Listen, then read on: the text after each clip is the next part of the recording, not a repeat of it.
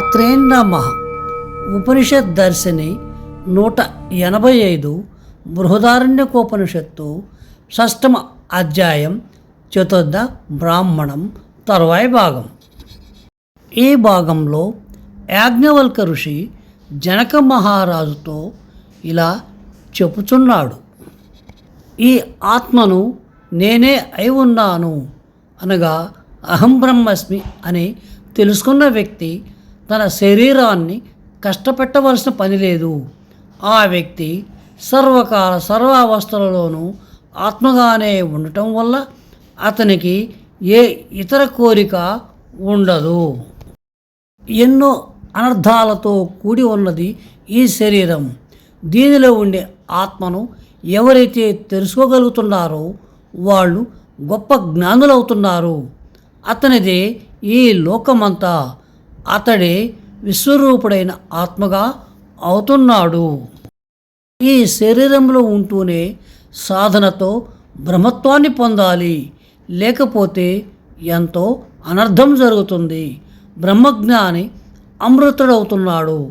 ఆ విధంగా కానివాడు జనన మరణ చక్రంలో పడి దుఃఖాన్ని అనుభవిస్తున్నాడు. భూత భవిష్యత్ వర్తమానాలకు నియామకుడైన ఈశ్వరుడే తన ఆత్మై ఉన్నాడని తెలుసుకున్నవాడు అతనే సర్వేశ్వరుడు అవుతున్నాడు. అలాంటి వాడు దేనికి ఎవరికి భయపడడు. ఓ జనక మహారాజా, కాలుని రూపంలో ఉంటూ సంవత్సరాలు, మాసాలు, పక్షాలు, రోజులు మొదలైనవి పరిభ్రమిస్తున్నాయి. ఆ సూర్యాది తేజస్సులకు ప్రకాశాన్నిచ్చే అమృత స్వరూపుని ఆయుష్గా దేవతలంతా ఉపాసిస్తున్నారు.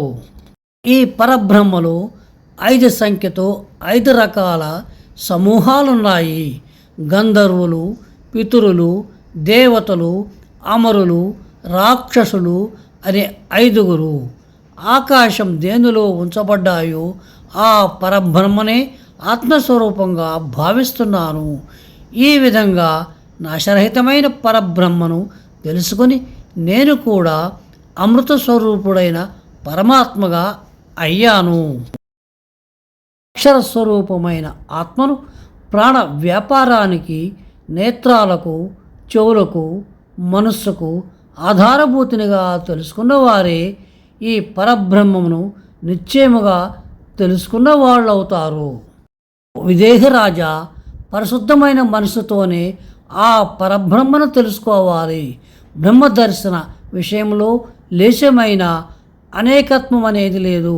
పరబ్రహ్మ దర్శన విషయంలో నానత్వాన్ని చూసేవాడు మరణం వల్లే మరణాన్ని పొందుతాడు. పరబ్రహ్మము అప్రమేయమైనది, ధ్రువమైనది, నిత్యమైనది, మాలిన్యరహితమైనది, ఆకాశము కంటే సూక్ష్మమైనది, జన్మము లేనిది, సర్వశ్రేష్టమైనది. ఈ బ్రహ్మమును ఏకస్వరూపంగానే చూడాలి అని యాజ్ఞవల్కుడు చెప్పుచున్నాడు. సశేషం. శుభం భూయాత్.